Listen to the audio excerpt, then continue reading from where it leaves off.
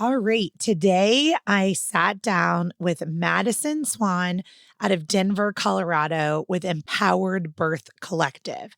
Now, Madison is a doula, but she didn't become a doula until after she gave birth in what she considers to be a very traumatic pregnancy and birth with her first child. This is after Madison and her husband, Nick, had suffered a miscarriage. So, trigger warning, we think it's really important on the Birth Story podcast to talk about loss and miscarriage and some tips and tricks to going through a miscarriage and recovering physically and emotionally on the other side of that. So, the first part of this episode, we talk about loss. Then we talk about a difficult pregnancy. We talk about migraines, getting COVID twice, being underweight, and kind of being over medicalized with lots of nausea and vomiting, that kind of thing. And then a unique twist in Madison's pregnancy where she ended up having to have a cesarean section at 37 weeks.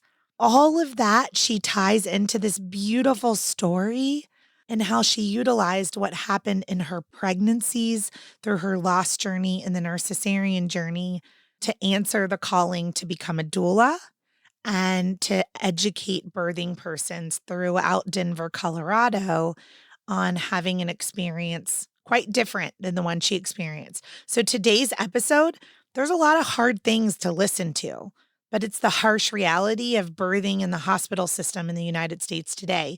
And that's why I do this podcast. And that's why we're telling these stories so that it's education through storytelling. There's a lot to learn today, and I appreciate you being here. Let's get to it. What does a contraction feel like? How do I know if I'm in labor? And what does a day of labor look like? Wait, is this normal?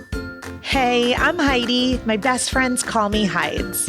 I'm a certified birth doula, host of this podcast, and author of Birth Story, an interactive pregnancy guidebook.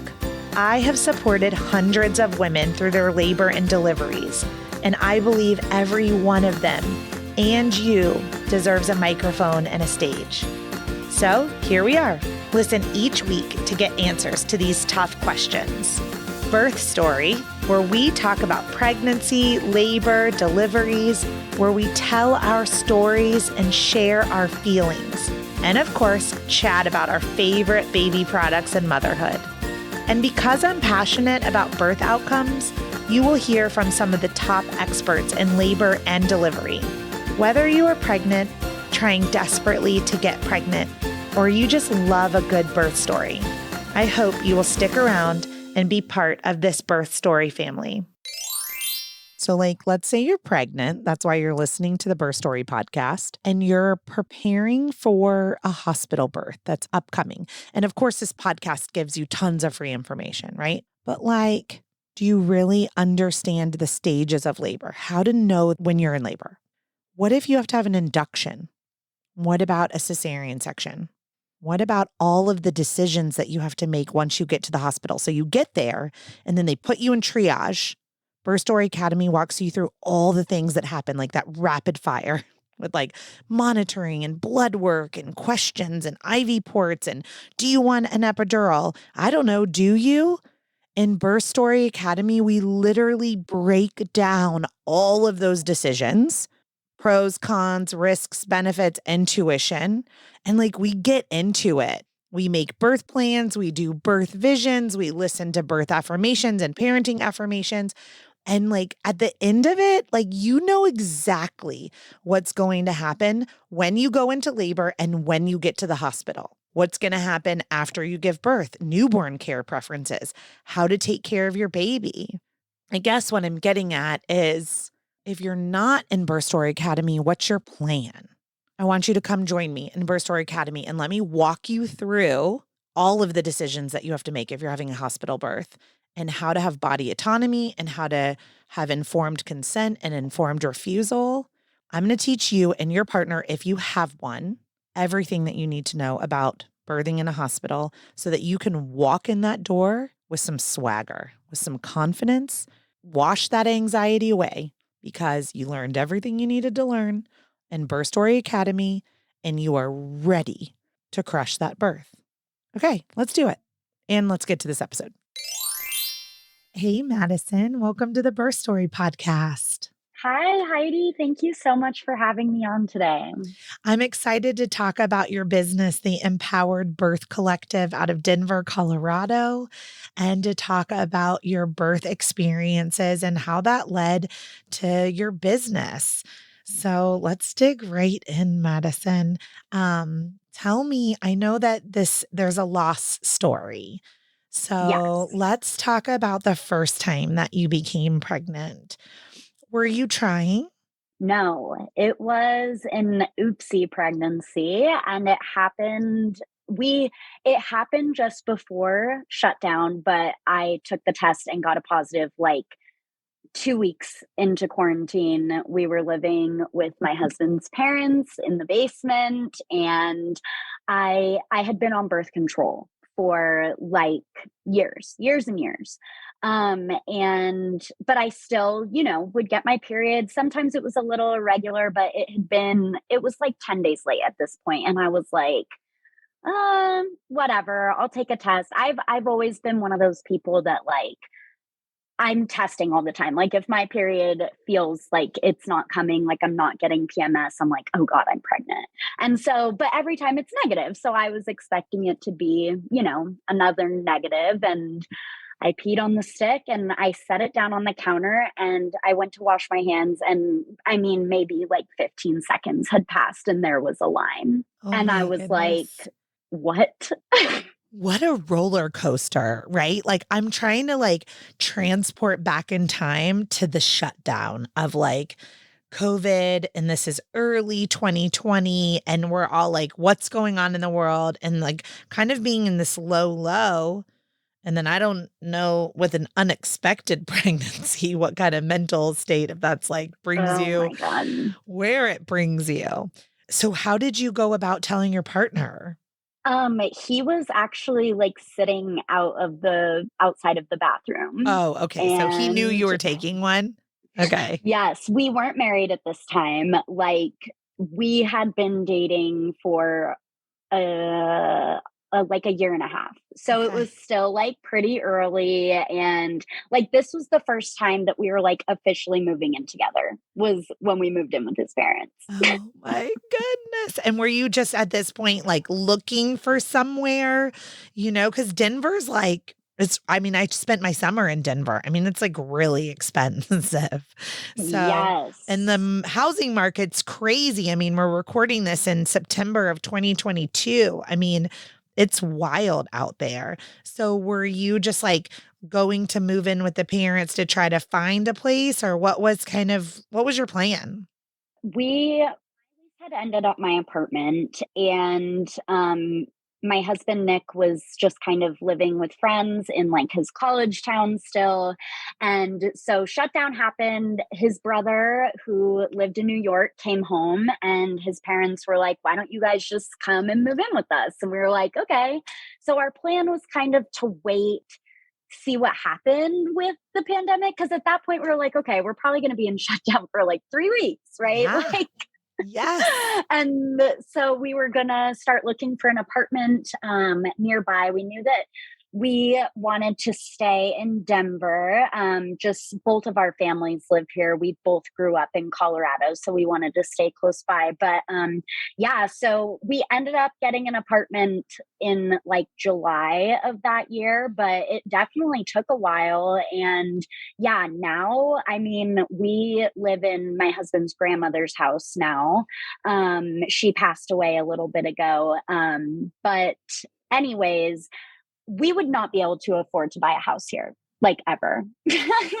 So we're very, very fortunate because, yeah, the market here is just insane. It is so crazy. Okay. So here you are. Like Nick is sitting outside of the bathroom. You guys have just like kind of changed your housing situation. You're not married yet. And you're like, okay, two lines. All Oh right. my God. It was such an emotional roller coaster. And my mom was very, very sick in her pregnancy with me. Okay. And so I kind of felt like that was going to be the case. And I am very sensitive to hormones. Like, I can't take regular birth control. I have to take like progesterone only. So I was like, oh God, this is going to be a mess for my body. We're not going to be able to hide it from your parents. Okay. So, like, let's just rip the band aid off. And we are all very, very close. I'm even at this time, I was very close with his parents. They're just a very like open, loving family. And so it wasn't something that well, I think my husband was a lot more scared, but I wasn't scared to tell them. And we always knew, like, we had been talking about having kids since like we first met. Like, we knew that we wanted to be together. We knew that we eventually wanted kids, but like, not optimal timing. Yeah. But it sounds like you guys got really excited. You shared your news with everyone. You had mentioned you were on birth control, so I'm assuming you stopped taking your birth control, Yes. scheduled an appointment. So Madison, how long did your pregnancy last? It's a little bit hard to tell just because I was on birth control. I'm not 100% sure when we got pregnant, when I ovulated, but I think that it was about 7.5 weeks. Did you miscarry naturally at home or did you need to miscarry like assisted at a hospital or with midwifery care? Yeah, so I had already established care with a midwife, that an in hospital midwife that my sister had used. Um, but I called her. I woke up one morning and I was going to the bathroom, and I had, by the way, trigger warning, I'm going to discuss like details of the miscarriage. Yeah, thank you. I think that's a great trigger warning. I went to the bathroom and I had a huge cramp, like huge. And I was like, whoa, that was kind of weird. And then, I stood up and I saw blood, and it wasn't a lot of blood. It was like what I would consider to be spotting. But it was still scary, like, I'm getting excited for this pregnancy, and it's it's scary when it's your first time. And so I called my midwife that morning, and she was like, spotting's normal, but if it would make you feel better, you can come in. And so I went in. They tried to do a intravaginal ultrasound, um, and they couldn't see much. And she was like, you know what, maybe the dating's off. Like, we probably just have the dates wrong. Let's, run your blood test again. Because I had gotten a blood test to confirm the pregnancy. Okay. And that day, the cramping continued and the bleeding stayed the same. So I was like, maybe this is nothing. Like, getting my hopes up. My midwife seemed very, very optimistic. And then she called me really early the next morning, and she basically told me that my HCG was down to 0 almost. She said less than 5, and that's nothing. And that I could stay home and carry out the miscarriage naturally. And I just remember like sitting and like, we're living at my in-laws' house. And I just remember like trying not to cry loud, and like just burying my face in Nick's chest. And like, I don't know, it was harder because I felt like I couldn't like fully grieve the experience because I lived with other people. You know Yeah. what I mean? Yeah, like complete lack of privacy. Yeah. That's how I And feel like, about birth in a hospital. Like, honestly, too, totally. like the parallel, just like not being able to be your like mammalian self, right?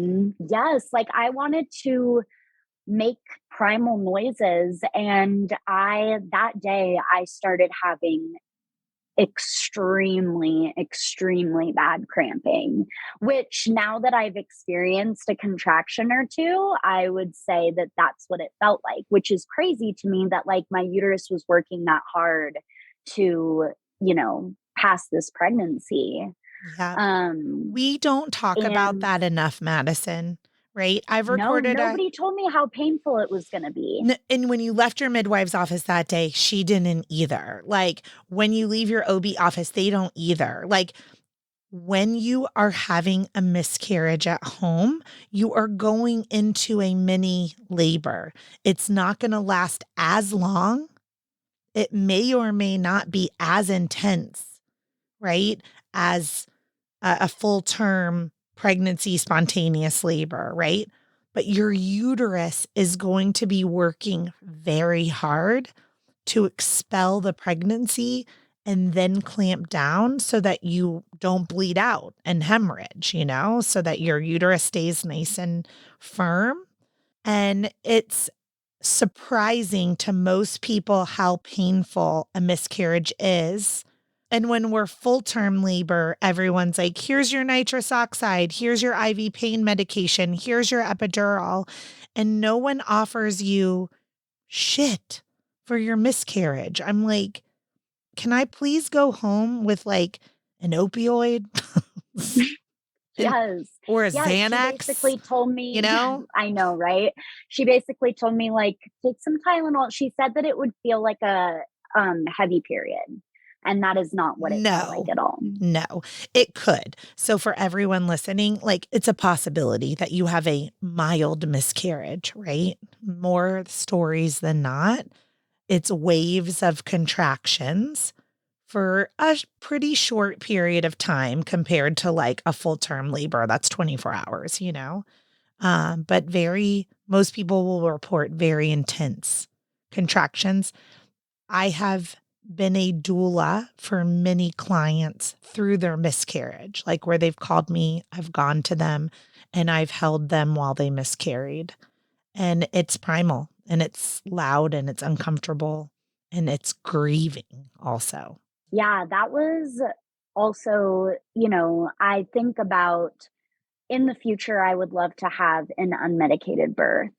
And I think back to my miscarriage often and think about the intensity of that and think about how am I going to handle real, quote unquote, real labor contractions if that was so hard. And then I remind myself there wasn't oxytocin flowing through my body when I was miscarrying. No, that was grief Um, flowing through your body when you were yeah, miscarrying. And Madison, like we're going to get into your birth story, which is a cesarean section with a breech birth. But I want to like encourage you, like if you go on to have more children, like absolutely, if unmedicated birth is on your heart, anyone can accomplish that if your baby allows you to accomplish that. Like hmm, every now and then the baby makes a different decision for you. Okay. Like yes. every now and then, right? There's like a short cord and it's wrapped like 3 times and like, things happen. Um, my statistic, 18 years, over 1,000 deliveries I've supported. I have a 0% cesarean rate for clients who went into spontaneous labor and had an unmedicated birth. So like I cannot shout that from the rooftops enough. If you go into spontaneous labor and you continue on unmedicated, which everyone is capable of doing, it's a choice. It's hard, but it's a choice. I did it both ways. You have the optimal chances, like nearly 0% of ending in a cesarean section when those things align, and the stars Yeah. align. So I want to encourage you, Madison, that like you can do it. And I know I can. And it's so funny because I preach it to my clients all day long and like I've seen it so many times. yeah, But when it's you can't do it yourself. I know it's so different. I mean, on my first, I got an epidural at 2 centimeters dilated, right? So like I was like preaching it myself and then like circumstances took over, right? Emotions took over, gestational age Yeah. took over. My second was, unmedicated by choice. And I kind of, just stuck to the choice instead of deterring from the choice. We can all do it. We just need to be prepared for it, right? So 100%. So this baby lets go. Yes. And I actually, just one more thing about that. The next day, I actually ended up having to go to the emergency room. What happened?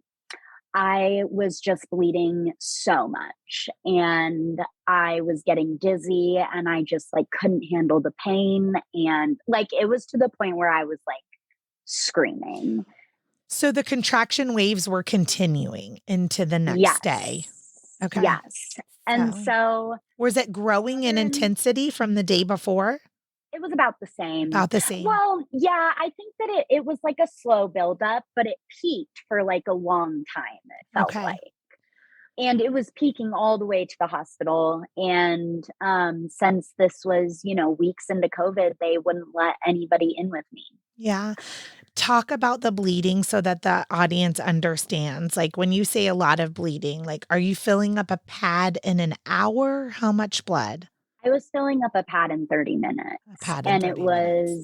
It started to become very clotty and just bright red blood. Like it was fresh. And it was scary. And my midwife also didn't tell me like how much blood is normal. Like I was just so scared. Had she talked to you about doing fundal massage? No. So that is something if someone's at home, like finding your uterus and massaging your uterus and doing fundal massage can kind of help it clamp down, or nipple stimulation can help it clamp down to reduce that bleeding, at least on your way to the hospital, right? Not to replace going to the hospital, but to like reduce that bleeding by nipple stimulation or deep fundal massage, just while you're trying to get help that can support a reduction in bleeding. Yeah. And so I miscarried the rest of the way in the emergency room, and I was alone most of the time because of COVID. They weren't really like going into people's rooms unnecessarily. And it was so crazy, Heidi. I was laying there in bed. They just gave me a ton of morphine. So I'm like so high. And I see the ER, my room had like clear doors, and I see this patient like being wheeled out in a wheelchair, and there's just nurses and doctors lined up in the hallway clapping. And I was like, this must be somebody that recovered from COVID. But it was just such a like dichotomy of like me suffering alone in this room, and then there's this person out there that everybody's like happy for and clapping, and it was just a really, really weird moment. That is a really weird moment. Yep. It's like the yin and the yang, right? Like in order to have love, you have to have grief. Like in order to have joy, we have to have suffering. Like to be experiencing one and seeing the other thing at the same time, it's horrendous. I'm going to give an example of, and I hope this is a teachable moment for everyone. There are hospital systems across the United States where you're separated by curtains. So maybe it's in the cesarean section PACU, right? So you've just had a C-section and you get rolled to a bay. That's a post-anesthesia, like recovery care place. And there's 4 or 5 beds separated from a curtain. Or maybe you're in triage and there's like 4 or 5 beds separated by a curtain. Not all hospitals, these are private. In my area, we've got a main hospital that it's all separated by curtains. One person in that bay, their baby could have not made it. Like one from a cesarean section, one person in that bay in triage may be like Madison having a miscarriage, right? And I try to be really cognizant of that when I'm with my clients. And I always say, like, when we wheel into a space where there are other individuals, like, you're going to hear me get very quiet or have no words because I don't know what's happening. I don't know what the story is right next to us. So we're going to just stay here doing our thing and not try to disturb what may or may not be going on next to us. Yeah, definitely. I feel that deeply for you. How long did it take after you left the emergency room to kind of feel better? Physically or mentally? I'm gonna go this physically, like where you felt like the Um, bleeding had stopped and that like you weren't dizzy and that type of thing, like your hemoglobin. Probably another day or two. Okay. I just rested so much. I mean, since we were in the pandemic, I could, right? But I know, I mean, there's so many people around the world that miscarry and have to go to work the next day. Or go back to work the same day. It's barbaric. It's so sad, especially experiencing that and just knowing how much I needed that rest. Yeah. Now you asked me the question back emotionally. And so let's dig into that, right? Like, did you go to therapy? Did you talk? Did you share about your experience? Like, how did you heal emotionally? Talking to other people who had been through it was the best medicine for me.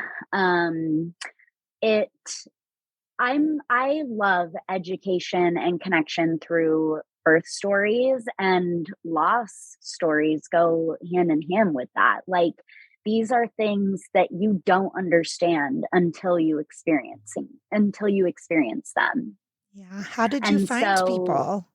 I went into Facebook groups. I literally just like typed in miscarriage support group and I found a couple. And, I went in and I posted my story, and it was just flooded with comments of other people who had been through this and knew the right things to say and knew what things not to say. Like, I didn't want to hear anybody say, at least you can get pregnant. I can't tell you how many people said that to me. And it's like, that's not helpful. Not helpful. Like, your baby didn't stay. And that's Yeah. really sad. And it deserves grief. Yeah. So I was listening to another podcast and I heard it was an interview with somebody who did psychic womb readings. So, like connecting with your baby inside you or connecting with a baby's spirit that left you. I did a reading with her. I can send you her information if you want to include it in the show notes. I absolutely do. Okay. And it's like a long distance reading. You talk to her for a little bit, and she basically told me that this baby, it just wasn't the right time. And this baby was going to come, and, it was going to be the same soul trying to get to me, basically. Mhm. And after I did that, that was probably like 6 to 8 weeks after my miscarriage. It was right before I got pregnant with my son now. And I think that was a real moment for me of healing where I could be, it was just like this calmness. It was like, I trusted what she was saying. Like, it just resonated with me so deeply that I, it just carried me through the next few weeks and made me feel so much better about my path. Yeah. I have told this story on the podcast before, and I'll share it with you, Madison. My mom had 12 pregnancies, 6 miscarriages, and the majority of those were between my young my younger, I'm like, which would be my older, I'm like the first one. So my older sister and me. And my spirit, like my personality is I'm kind of like, I'm just like a little fighter. And, I feel like I've always got a cause and I'm super passionate and, outspoken about everything. And my mom will tell you, she was like, you were trying so hard to get here. Like, your little soul just kept trying and trying and trying. And so my mom's spiritual and religious beliefs align with those of the psychic womb reader that you met with. That my mom also believes that it was my same soul each time, just trying, trying, trying. And And here I am, you know. That's amazing. There's a really good book called Spirit Babies: How to Mhm. Connect with the Child You're Meant to Have. And it kind of goes with that idea and how to connect with this soul that's trying to get to you. And yeah, it's so beautiful. I love it. Well, I'll be very happy to link in the show notes to your psychic womb reader. So Cool. Awesome. it sounds like you had a pretty good, recipe for healing physically and emotionally. But now here are you and Nick, and you weren't trying to have a baby, but then you were really excited about this baby. And then you lost this baby. And so did that just change like were you and Nick like, okay, well now we want to have a baby. I mean, how did that look for you guys as a couple? Yeah, 100%. And it's something that I hear from like people in this, I call it the lost community. People who it's a way of healing, right? Like you have this almost hole in your heart that you feel the need to fill. And yeah, for us it was like, okay, I mean, we like had our panic moment and then we got excited, and like you said, then that was kind of taken away from us and we were like, okay, let's just do this. And so I kind of jumped all in and like started tracking my ovulation, like peeing on sticks twice a day. Nick was like, what is this? I'm like, okay, does this line like look as dark as this line? Like, what do you think? And he's like, I have no idea what you're doing. Um, I love it. I just bought the new Apple Series 8 watch, and it actually temps the new one. It temps and it will what? alert you when it thinks you're ovulating. And I was like, "What? This is That is crazy." really high tech. Very high tech. I'm like pretty like listen, my tubes are tied. They got tied in December. Like my fertility journey has ended, but I was like I'm so stoked for this type of technology for fertility clients or those like TTC just trying to conceive. Mhm. So, how cool. So, without this technology, right? Like you're peeing on sticks. Like were you temping? I was going to the next cycle. We were lucky enough to get pregnant on that very first cycle after. And yeah, I was gonna go like deeper in, but I was worried to go to do the temp thing. Like I felt like I was gonna get too obsessed with Okay, that's fair. it. That's fair. So we're hyper fertile immediately following a loss. So that next cycle, you ovulated, you guys did what you needed to do, and then you had a spontaneous pregnancy again. Yeah, and I found out very early. I was only 10 days post ovulation DPO, and Mhm. I was like, I'm just going to take a test. Like, it'll probably be too early, but I don't know. And it was like one of these little cheap strips that comes with the ovulation kit that you get like on Amazon. Yeah. And so I dip it in the pee and it like literally the lightest line, like I like in the trying to conceive community, people will post like pictures of their pregnancy tests and like put them in like a negative color balance to like Yeah. make the lines pop more. And they'll be like, do you see a line? Like it was one of those. Like I would have to change the color balance on my camera to see it, but I swore I see it. And so Nick was at work Mhm. and he had gone back to work at this point. This was in July of 2020. This was the day after Nick's birthday. And so I run to the grocery store and I buy like 20 other brands of pregnancy tests. And on, one of the more expensive tests, I get like a way clearer line. And I was like, oh my God. And so I called my mom. I called my mom and told her before I even told Nick. And she was like, "Oh my gosh, send me a picture." Like she was so excited for me. And Nick comes home and I like like a week before that, I was like, I'm going to announce it to him in such a cute way. I'm going to surprise him and like make this like box that he can open. And then when I saw that line, I was like, no, I need to tell him as soon as he walks into To the the door. yes. Oh my goodness. Okay, so what was his reaction? Because I mean, he knows that you guys are trying. So he knew that we were trying, but he was extremely shocked for some reason. And I'm like, this is what happens when you have unprotected sex when you ovulate, sir. What are you talking about? And so he's like, okay, like we're really doing this. And I'm like, yep, we've known about this. But I think that he just really had like another oh shit moment of like, we're about to be responsible for a human. Mhm. And that didn't come to me until like probably 35, 36 weeks of pregnancy. In this time, I was just like so excited to be a mom. Yeah. How did your pregnancy go? It was really rough. It was really, really rough. Like rough in a good I, way? Like rough in a like you were constantly being told you were pregnant rough? You know what I mean?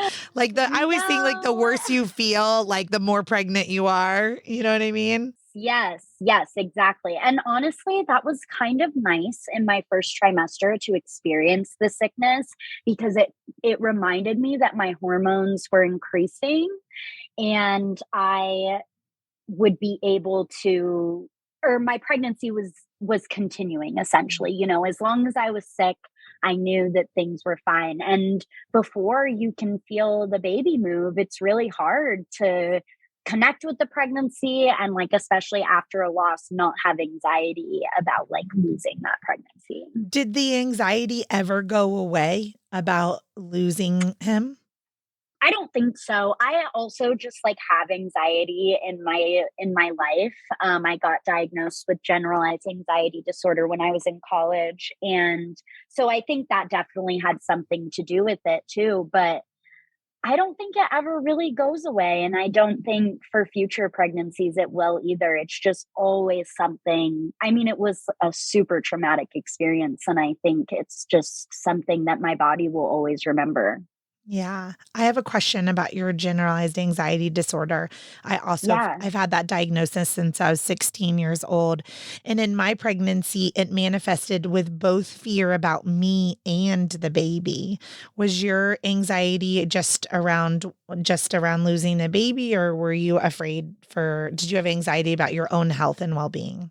So I did have anxiety about my own health, but I was pretty sick throughout my pregnancy and I had all kinds of extra testing done and it made me feel like there was something wrong even though there wasn't. They Okay. just I didn't end up going with a midwife.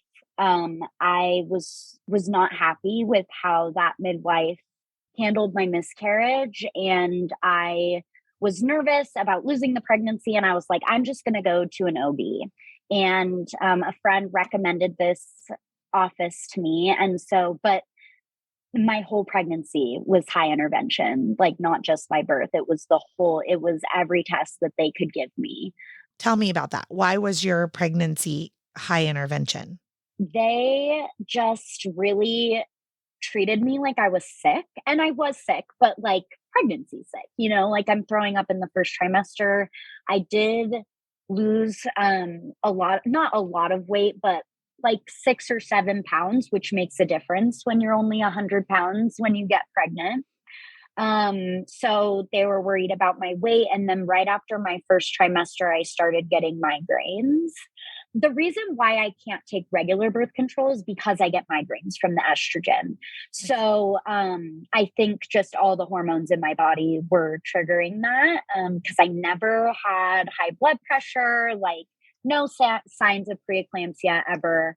It was just like random migraines, not triggered by anything specific. I would just be sitting there, totally having a normal day, and all of a sudden, I would start seeing spots. Like I wouldn't be able to see right in front of me. I would only have my peripheral vision.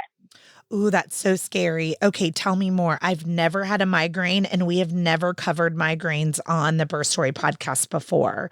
So your Okay, first yeah. symptom was spots and kind of tunneling.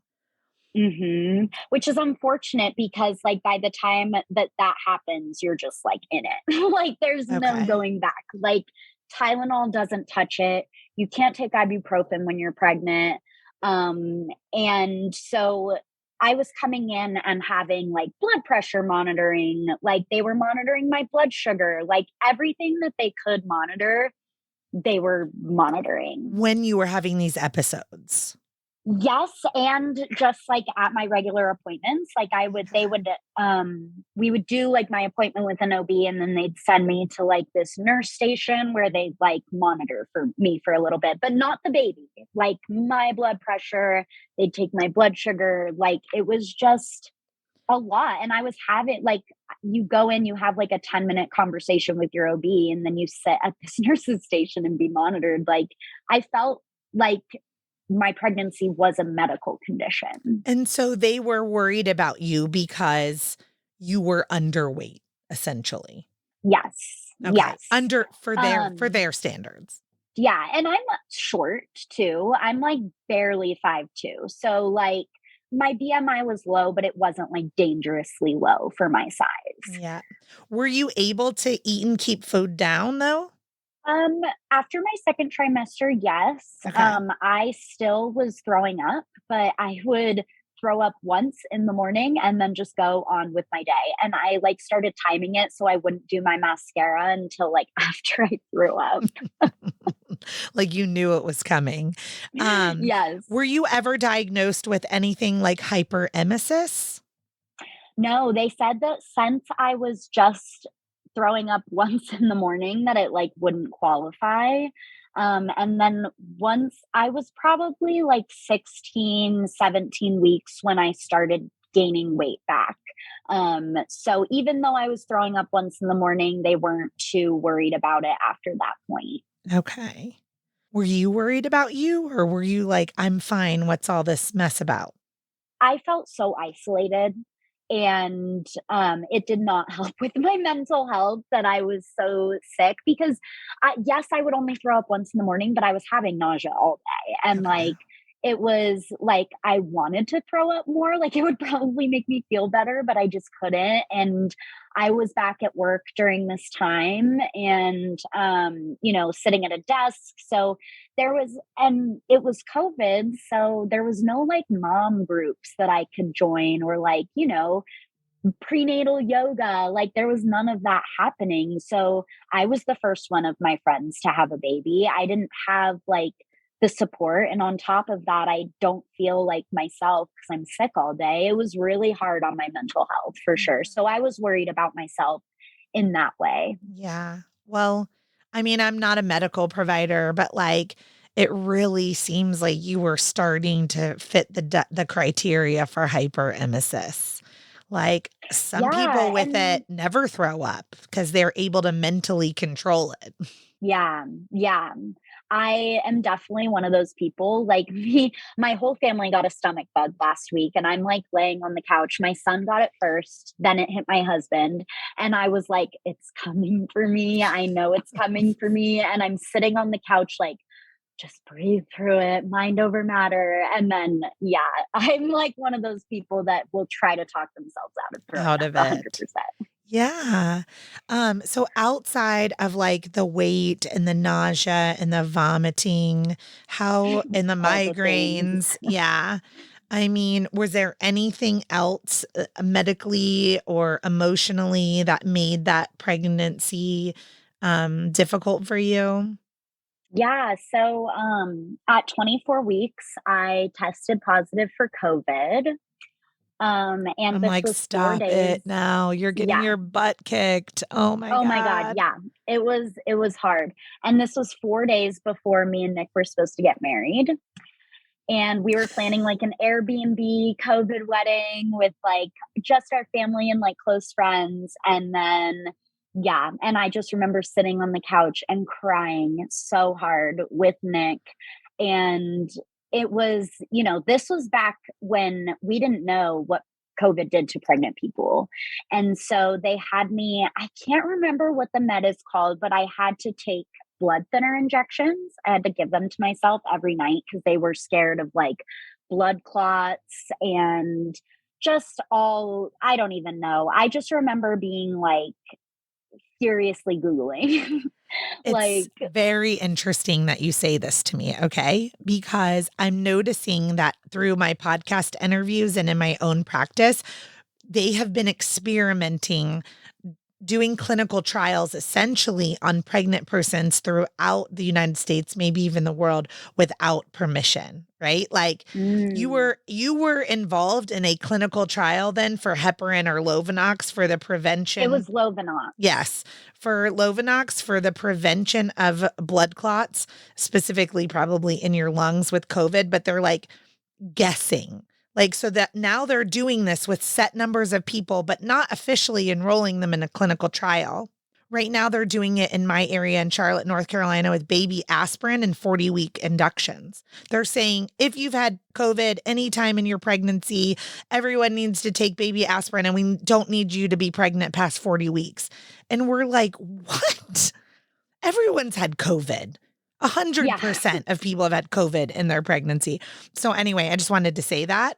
Ask for data, people, and Yeah, ask, is 100%. there data or are you collecting data on me? It's fine. It's your body. You can choose what to do. But I'm just like, man, taking Lovenox just because you had COVID is not like standard of care right now. Let's just say Yeah. that. Okay. Yeah. And I, at this time, totally saw doctors as an authority figure. I didn't even know that you could ask questions.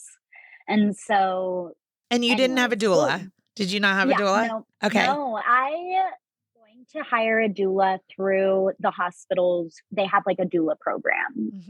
Mhm. And we had an interview with her set up for like 2 days after I had my son. Oh, okay. So, for those of you listening, we do recommend that if you're considering a doula, that you pretty much start reaching out to doulas as soon as you find out you're pregnant. So, Yes. like, we're recording this in September of 2022. I am interviewing and booking May of 2023. So that's the timeline, y'all. Pee in a stick, find out you're pregnant, hire a doula, then go to your confirmation appointment. 100%. I just had an inquiry come through that she was like, I haven't confirmed the pregnancy. I haven't chose my provider, but you were recommended to me by a friend and I want to book you. And I was like, okay, let's do this. Let's Awesome. do this 100%. Well, I am so sorry that you got COVID in the middle of your pregnancy on top of everything else. I'm almost like, welcome to the club, you know? Yeah. But emotionally, what's stabbing my heart right now is like, I know your child's here and all my clients that had COVID while they're pregnant, babies are all fine. I don't want to like gloss over that, but like likely if you get COVID when you're pregnant, everything's going to be okay, you guys. Hmm. But what happened was you were supposed to get married. I need you to tell Yeah. me about that. So, what happened I to the was wedding? we rescheduled it. We ended up getting married on January 2nd, 2021. But I had planned this beautiful Christmas winter mountain wedding. And we went to Home Depot and we bought every single fake pre-lit Christmas tree that they had. And we were going to like line them up. And so we ended up making our group even smaller, and we did it just with our immediate family and our two best friends. And we did it in Nick's parents' backyard on January 2nd. And it was beautiful and amazing. And I honestly wouldn't change it. But it was totally something that I had to grieve. And I was at this point so done with everything. I was done with the pandemic. I was done with being pregnant. I was done with being sick. Like, I just wanted this to be over with. And I think that my provider got the hint. And I think that that had a lot of influence on how she handled my birth. Okay. So this is January. How many weeks pregnant are you at the wedding? I don't remember. My my due date was March 30th. March 30th. Okay, so you were significantly pregnant Yes, yes, at this point. Um, yes. okay, so due date of March 30th. Now, spoiler alert, we already talked about the fact that Madison had a cesarean section due to a breech birth. So we know where we're going. From that point on, like I usually ask the question, how did you know you were in labor? But I'm going to ask like, how did you know your baby was breech and you were going to have a C-section? Like what happened? So because of COVID, and I also had a marginal cord insertion, they were doing ultrasounds at every visit. Can you define that for the audience? Yeah, so it's when the umbilical cord, instead of being attached in the center of the placenta, it's attached on the side. And that can sometimes cause problems with blood flow and circulation. Often, we don't find out about marginal cord insertion until after delivery. And maybe we have a baby who's small for gestational age or intrauterine growth restriction, and nobody knows why. And then the placenta plops out, and we see the marginal cord insertion, and we're like, bingo, there's the culprit. But typically, it does result in a mostly full term healthy pregnancy. So was that Right. your case? Um, it would have been. Okay. Yeah. I mean, when he was born, he was like right on track. And I have a video of him being born, and you can hear my doctor going, "Oh, he's not even that small." Oh, how nice. How lovely. Well, I hope they weren't doing your C-section. I mean, I know we said breech, but I hope it wasn't like, we're going to do a C-section today because he's small. No, No. no. Okay. So, at 36 weeks, I found out that he flipped breech, and I know exactly when it happened. It was like 3 days before that. I was laying in bed, and I felt this huge movement, like nothing I've ever felt before. And I'm very certain that that's when it happened. And so I'm at my 36-week appointment, and my doctor came in and she said, "You can do two things. We can do a ECV, which stands for external cephalic version, which is where they basically try to turn your baby from the outside." And she told me that I had a 50-50 shot. My mom has a cousin that had an ECV. I don't know how long ago this was, but her baby died because the cord was wrapped around the neck and it turned into an emergency situation and they couldn't get them out fast enough. So I didn't want to do that. That freaked me out. And so I was like, okay, I guess let's schedule a C-section if that's what I have to do. And so we scheduled that for 39 weeks. And I think that she felt like she was saving me almost. Like she knew I had been so sick. And like that's kind of the vibe that I got from her, that she felt like she was doing me a favor by getting my baby out at 39 weeks. Like superhero complex. Great. Mm-hmm. Okay. And so I make it to 37 weeks. And I was so excited to be like, my baby's lungs are fully developed. They'll be okay if they come at any time. And so we celebrated with tacos out of somebody's garage, which was not a great choice. Like someone you know, or like someone down the street that was just like selling tacos today? Yeah, it was like a friend of a friend. And we heard that these were like the best tacos. He sells them out of his garage. So we went for it. Okay. Food safety, OSHA guidelines, food handling, like all sorts of things are coming to mind. Right. I know. And so that night, I go to bed, everything's fine. And I wake up at about 11 p.m. and I have a contraction. And I was like, oh, hell yeah. Like, this is happening. I'm 37 weeks. Like, he's just ready to come, I guess. First time moms are always like, I'm going to go early. And, as birth professionals, we're like, okay. And I was totally one of those moms too. And so it's just funny that I'm like, yes, a contraction, like popped out of bed. Not thinking maybe it was the tacos.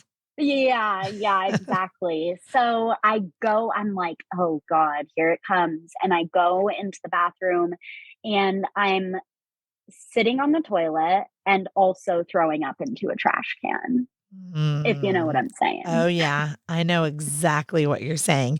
And at some point, is your mind like tacos, food Yes. poisoning?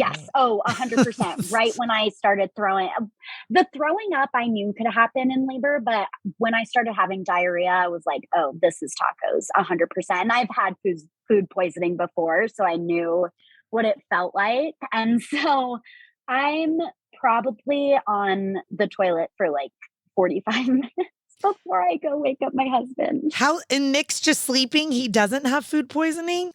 He told me that he ended up having diarrhea when we went to the hospital, but he was like hiding it from me because he didn't Okay. want me to like be trying to take care of him, because that's very much my Oh personality. my God, how sweet. Okay, so this ends with you going to the hospital with food poisoning. So yes, I can't, like, I'm just throwing up so much that I'm very obviously getting dehydrated. I'm starting to contract every like 15 minutes, and they're not strong by any means, but I can tell that they're happening. And so I called the nurse line, and they were like, you're probably contracting because you're dehydrated. You should come in and get IV fluids, and then we'll just send you home. And I was like, great.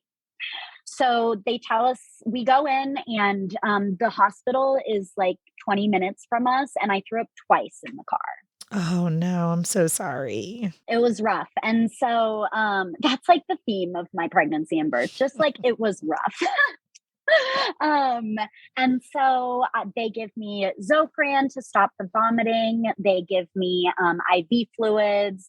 But I was so dehydrated that they couldn't get a vein, and it took 5 tries and 2 different nurses. And I'm just like crying and vomiting, and like everybody's poking me. And then they do a COVID test and it comes back positive. Stop it now. Stop Swear. it now. Oh my God. So twice. Twice. I can't. I mean, this has happened to one of my clients. One of my doula clients has gotten COVID twice in their pregnancy. I mean, Madison, you're getting your rear end kicked. I just can't. I just cannot even. So, like, what are they doing? Are they like, okay, now go home? Are they like, So they said, so my cesarean was scheduled for 13 days after that. okay, And so they said that if we left the hospital and I went into labor before like this 14-day quarantine that we had to do, that I would have to come in by myself, and I would not be able to have anyone with me. okay, well, but you're already there with Nick. Exactly. Okay. So my doctor was on call that day. And again, this is kind of where the savior complex comes in, I think. I was sleeping. So this whole thing, we had been there all night. And then my doctor comes in at 9:30 a.m. And I was sleeping, and I remember waking up, and, all the meds they were giving me made me extremely groggy, and I had been up all night. But I open my eyes, and my doctor's sitting in front of me in like full PPE, like the Yeah. mask, the So glasses, everything. scary. All of it. So Yeah. scary. And she basically said, you've been very sick. You've been having migraines. To be honest, the baby doesn't look great on the monitor, and I think we should just take him out today. That Okay. was like an exact quote from her. Okay. So everything that I heard as a birth worker is like, wah, wah, wah, wah, wah, wah, wah, wah, wah. Baby doesn't look good on the monitor. Like we could have just Mm-hmm. skipped all of the other things, Mm-hmm. right? Yeah. Right. Like, sure, baby probably doesn't look good on the monitor because you have COVID and you have food Right. poisoning, right? And you're dehydrated, right? So, like, as a birth professional who's been doing this for 18 years, do I see the value of sometimes babies are healthier on the outside than on the inside when we have multiple things going on, right? Mm-hmm. And by doesn't look good on the monitor, the OB is talking about heart rhythm and heartbeat. So we see babies have tachycardia, which is high heart rate, bradycardia, PVCs, PACs, where they're skipping beats, right? There are different patterns in the heart rate that we can see that would let us know that the baby is experiencing also some sort of distress. Madison, I'm going to tell you something that is going to blow your mind. I've had 7 clients that had COVID at full term. 6 of them went into spontaneous labor at 36 and 37 weeks when they were. So if any of my clients, which there's been 7 that have had COVID at full term, they went into labor within 4 days. Only one of them did not. If someone had COVID prior to 36 weeks gestation, they continued on with their pregnancy. So I don't know if that gives you any kind of peace of mind or anything for the cesarean section being suggested. But my Yeah. experience tells me, had you gone home, you would have gone into spontaneous labor within 3 days. Yeah. And I mean, they did a cervical check and I was 1 centimeter dilated. And I know that you can walk around at 1 centimeter for weeks and weeks and weeks, but I mean, who knows? Yeah. And you were So contracting significantly too. so it wasn't an emergency by any means. She told me this at 9:30 and he was born at 12:30 p.m. She Okay. basically said like I have a surgery and then after that I can do yours. And Okay. so they walked me into the OR. Like I just walked in, which is, I don't know, it's just so odd to me. Like it was such an overwhelming experience to be walked in there. Mhm. And I had a panic attack when I walked in there. And I just like, it was just, I had never had surgery before ever. And like the bright lights and all the tools, and it was just extremely scary for me. And so they gave me Ativan in my IV to calm me down, I'm like, hell which yeah, but how did that make you feel? looking back, it's hard because it contributed to me not being able to remember the full birth. I'm sorry about Um, that. I remember doing skin to skin, and I remember this is really funny. They took him over to like check him out after he was born, and they were doing his newborn procedures, which like I have a whole thought about doing that like seconds after you're born, but you don't know what you don't know. But I literally like was in a daze at this point, but they were asking us if we wanted to do the hep B, the eye ointment, all the things, and I yelled across the room, no hep B. But, like, I don't even like, I didn't even know anything about it back then. It was just, like, an instinctual thing, and I yelled that. And Heidi, they made me sign the declining form while I was on the OR table. It's so crazy. Does that sound like informed consent, y'all, legally? No, I barely remember And signing the document. Like, informed what? refusal? Like, you're on Ativan, you're probably still open. Like, it's hilarious. Like, Mhm. I literally videotape every single time my client gets an epidural, and their, like, eyes are closed, and they're like, "What?" And they're like, Mhm. "Sign here."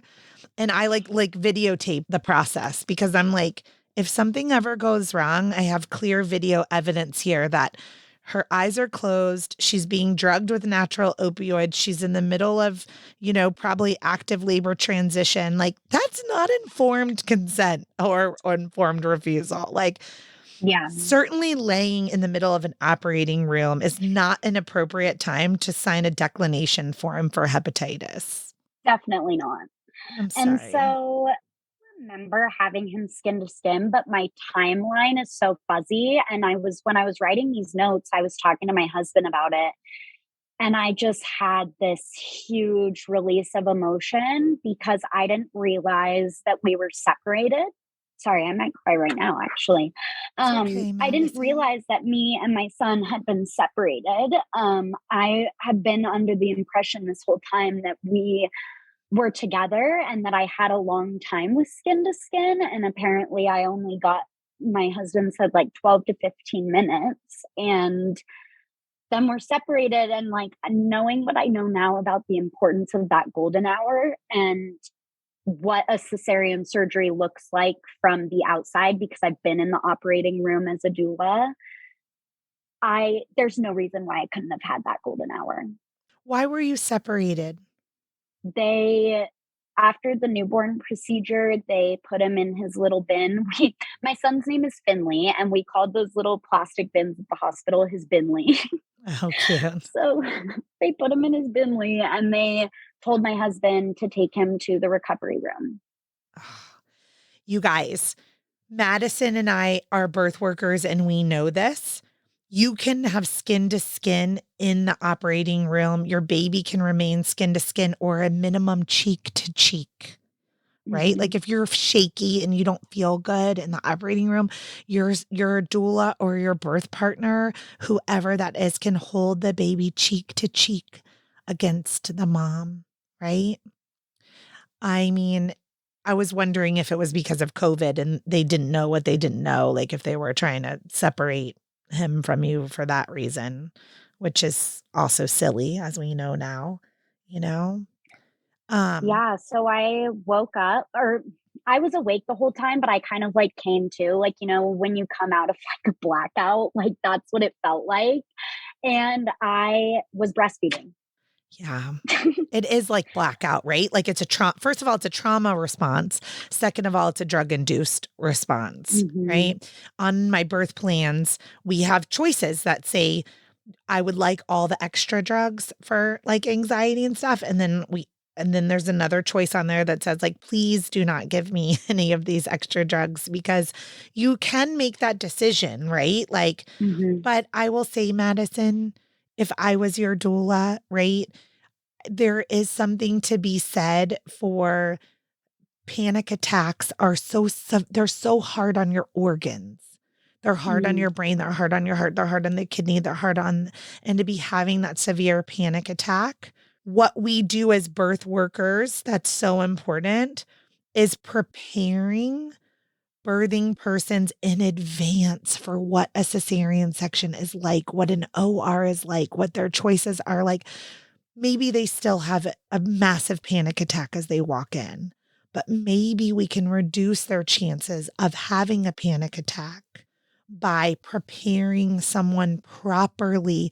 Your doctor had 3 hours to prepare you for what it was going to be like to have a cesarean section. She didn't do that, you know, Hmm. and that makes me upset. And I know you said were going to have a meeting with the doula and then I had a baby before you had a chance to do that, but it's really important.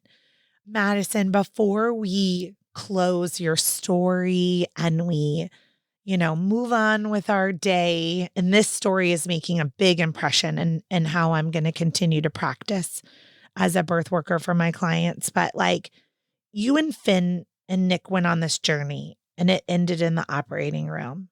But you took all of that and you turned around and built a company so that it wouldn't happen in that manner to someone else.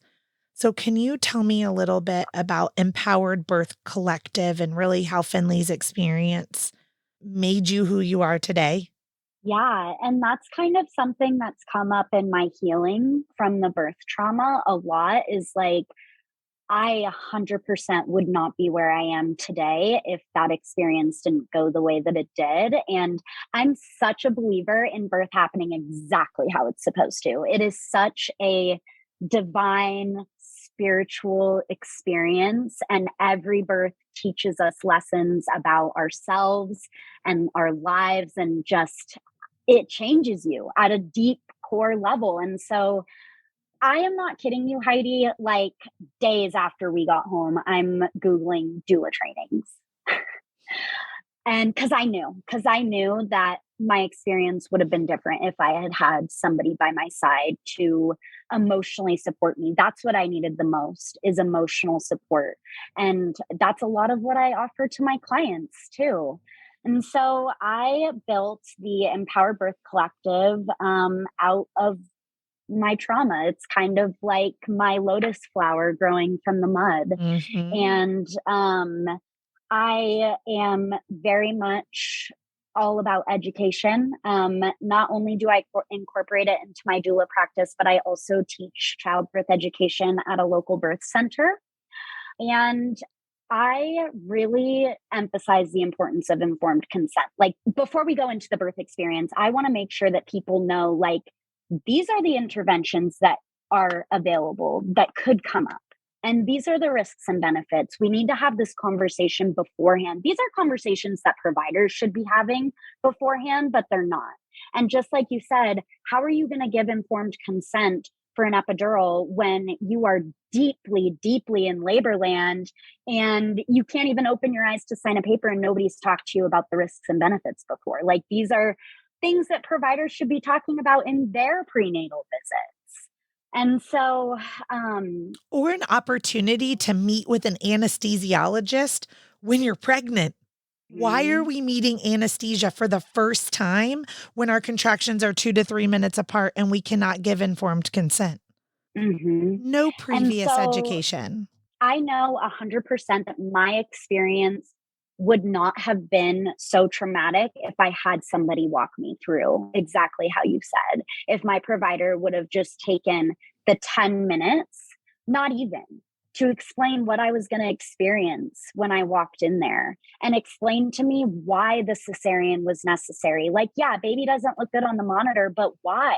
And Heidi, I have tried to get my op notes for 8 months now, and I'm going in circles and I can't get a hold of them. And I feel like that would be like the final piece of my healing, is like reading those operation notes. And it feels so sneaky. And the whole thing just feels like disappointing. And I don't want people to feel like that.